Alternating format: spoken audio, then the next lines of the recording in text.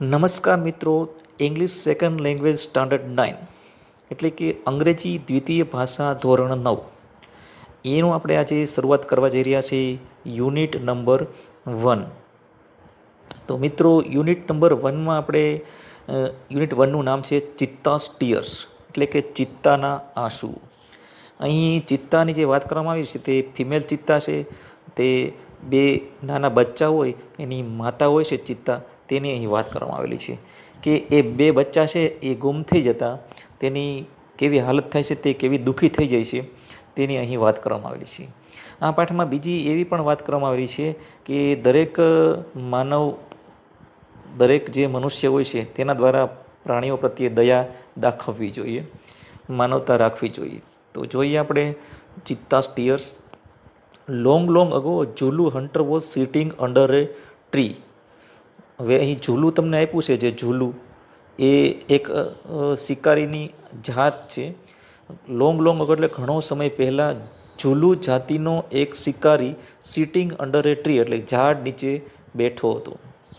His name was Edi. Edi છે અહીં લખેલું છે, એદી એ શિકારીનું નામ છે. હિઝ નેમ વોઝ એદી, તેનું નામ એદી હતું. He saw a large herd of deer grazing in the lush green meadow. તેણે સો એટલે ભૂતકાળ છે સીનું, લાર્જ એટલે કે વિશાળ, હર્ડ એટલે કે ધણ, ઓફ ડીર એટલે કે હરણનું એક વિશાળ ટોળું, ગ્રેઝિંગ એટલે કે ચરતું, ઇન ધ લસ ગ્રીન લીલા ઘાસના મેદાનમાં ચરતું જોયું હરણનું ટોળું. આ શિકારી એદીએ જોયું. He said to himself. તેણે તેની જાતને કહ્યું, ધીસ ડિયર્સ આર રિયલી વન્ડરફુલ. આ હરણનું ટોળું, આ હરણો ખરેખર ખૂબ જ અદ્ભુત છે, પણ I have to run a lot to catch one of them.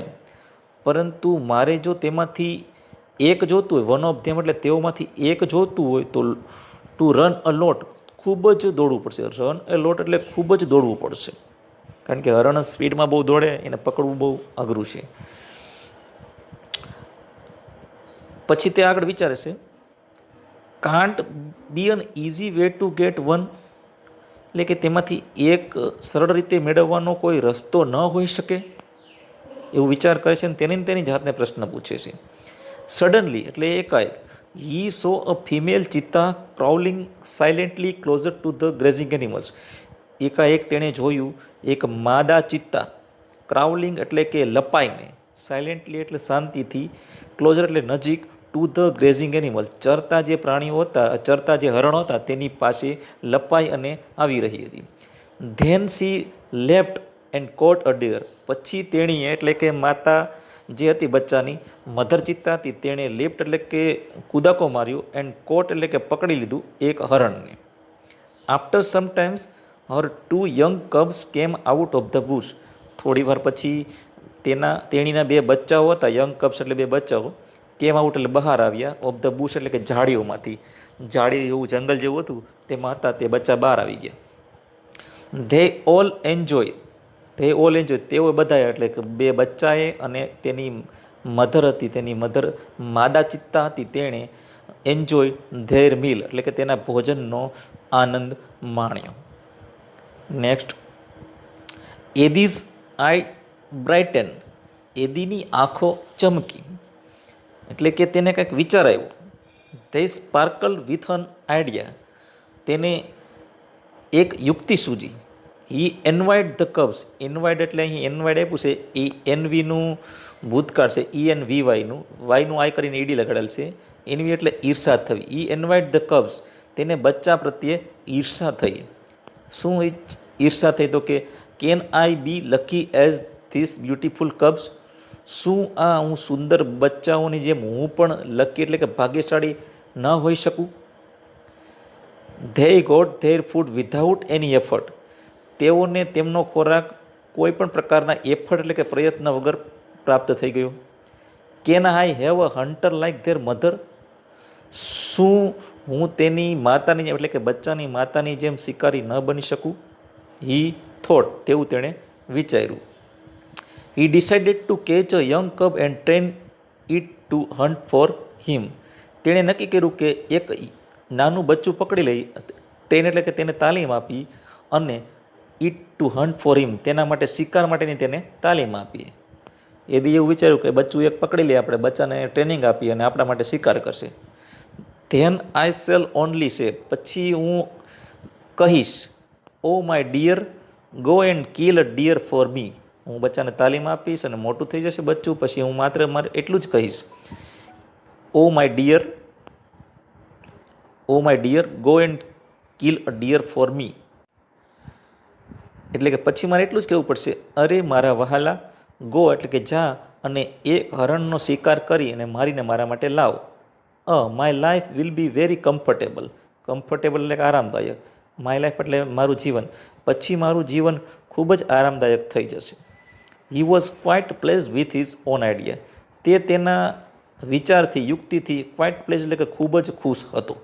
એદી he decided to follow cubs and steal one.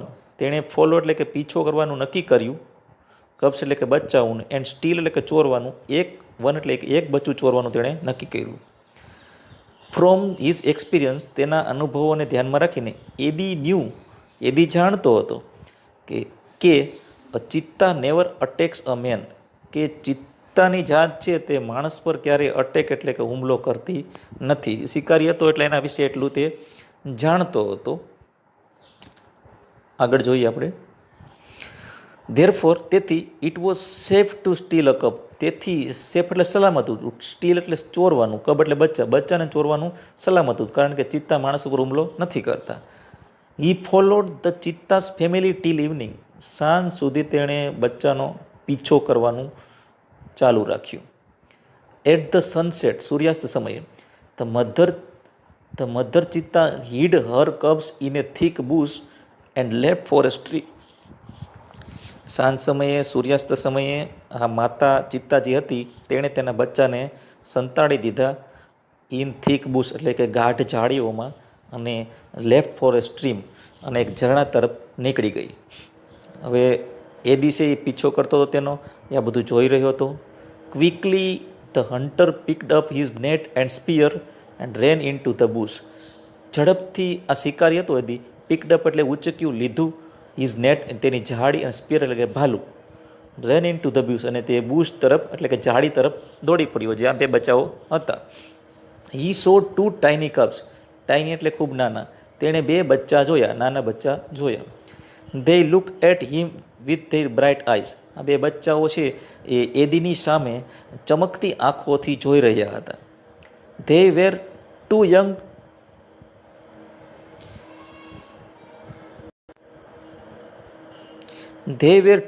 Young to run away. તે એટલા બધા નાના હતા કે તે દોડી શકતા ન હતા, દોડીને જઈ શકતા નહોતા, નહીંતર શિકારી આવે તો દોડીને ભાગી જાય. Edi threw the net over them and the cubs were caught. એદીએ તેમના ઉપર જાળી ફેંકી, નેટ ફેંકી, અને તે બંને બચ્ચા પકડાઈ ગયા. He needed only one cub. Needed એટલે કે તેને જરૂરિયાત હતી, ઓનલી વન કપ, તેને એક બચ્ચાની જરૂરિયાત હતી. પણ હી થોટ, તેણે વિચાર્યું, it is always better to have two slaves instead of one.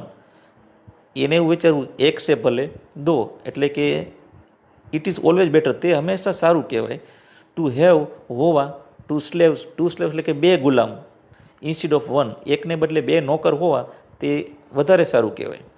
He drag them, drag એટલે ઢસડવું, with him and hide them under a big basket, એટલે કે મોટા થેલામાં, મોટા કોથળામાં તેને નાખી, અને ડ્રેગ એટલે તેને ઢસડી ગયો. તે બે બચ્ચાને કોથળામાં નાખી અને એ દિવસે તે કોથળાને ઢસડી જાય છે. આગળ હવે થોડી વાર પછી જે એની માતા છે બચ્ચાની, એ ઝરણા તરફ ગઈ હોય, પાછી રિટર્ન આવે છે. The mother cheetah return after a while. થોડો સમય, આફ્ટર એ વાઇલ એટલે થોડો સમય પછી માતા ચિત્તા પરત આવી.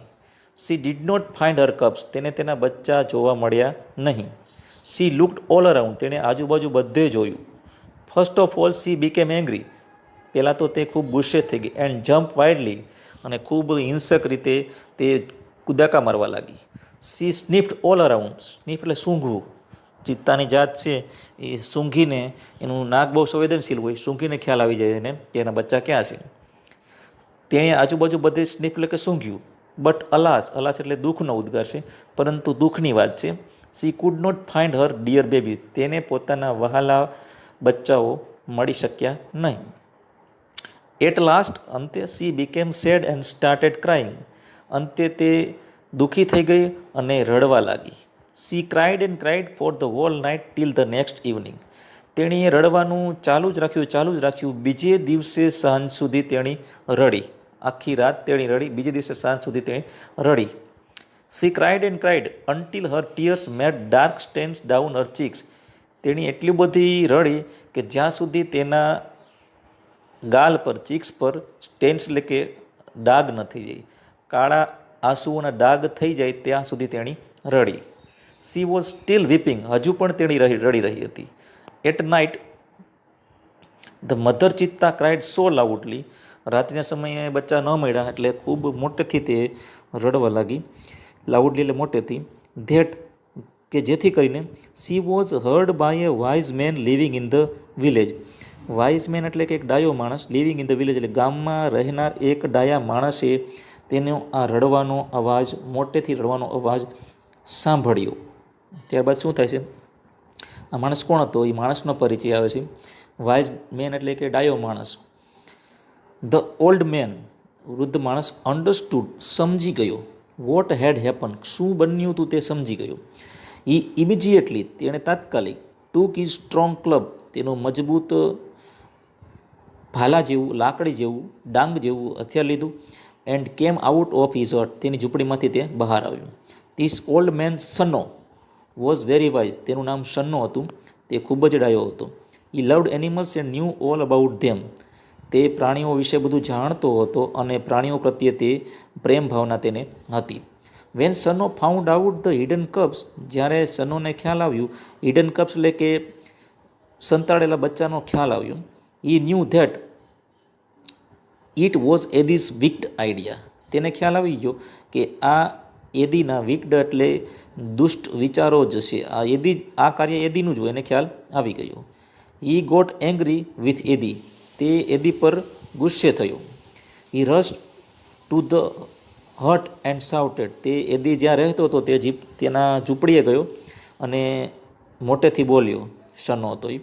આઈ હેટ યુ એદી, હું તારા પર નફરત કરું છું Eddie. Everybody of our tribe, tribe એટલે જાતિ આખીની, આપણી જાતિના તમામ લોકો વિલ હેટ યુ, તારા પર નફરત કરશે. કારણ કે you are lazy and wicked too, તું આળસુ પણ છે અને દુષ્ટ પણ છે. We know that a hunter must hunt with his own strength and skill, આપણે જાણીએ છીએ કે હન્ટર એટલે એક શિકારીએ, મસ્ટ હન્ટ એટલે કે શિકાર કરવો જ જોઈએ, વિથ હિઝ ઓન સ્ટ્રેન્થ, પોતાની શક્તિ અને સ્કિલ એટલે કે આવડત વડે, ચોરી કરીને નહીં, પણ દરેક શિકારીએ એની જાતને ધ્યાનમાં રાખીને પોતાની પાસે રહેલી આવડત અને શક્તિથી શિકાર કરવો જોઈએ, જેવું એદીએ કરેલું નહોતું. એદીએ ચોરી કરી હતી. Next, but you are lazy hunter, પરંતુ તું એક આળસુ શિકારી છે. યુ આર અ થીપ, તું ચોર પણ છે. You have broken the rules of our tribe, broken એટલે કે તોડ્યા છે, રૂલ્સ એટલે કે નિયમો, અવર ટ્રાઇબ એટલે કે આપણી જાતિના નિયમોનું તે ઉલ્લંઘન કર્યું છે. You have brought dishonour to the whole tribe, તારા દ્વારા સમગ્ર જાતિનું ડિસઓનર એટલે કે અપમાન થયું છે. All the members of the hunter tribe get together, હવે શું થયું તો કે ઓલ ધ મેમ્બર્સ, બધા જ સભ્યો, ઓફ ધ હન્ટર ટ્રાઇબ, શિકારી જાતિના બધા જ સભ્યો એકઠા થયા. તે decided to drive away Eddie from their village forever, તેઓએ બધાએ ડિસાઇડ કર્યું, નક્કી કર્યું, ડ્રાઈવ અવે એટલે હાંકી કાઢવું, બહાર કાઢી મૂકવું એદીને તેના ગામમાંથી, ફોર એવર એટલે હંમેશા માટે. એવું નક્કી કર્યું કે આ ચોર છે ભાઈ, આને આપણી સાથે રાખવો યોગ્ય નથી. બધા લોકોએ સાથે મળીને એવો નિર્ણય લીધો કે આપણે એદીને તેની ચોરીના દુષ્કૃત્ય બદલ કાયમી ધોરણે ગામમાંથી બહાર કાઢી મૂકીએ.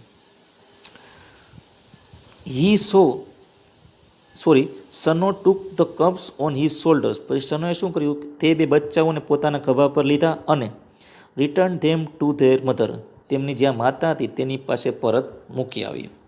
હી સો ધેટ, સનોએ જોયું કે long weeping of the mother cheetah, long weeping એટલે લાંબા સમય રડવાથી જે માતા ચિત્તા હતી, had stain her face forever, તેના ચહેરા પર કાયમી ધોરણે દાગ થઈ ગયા હતા.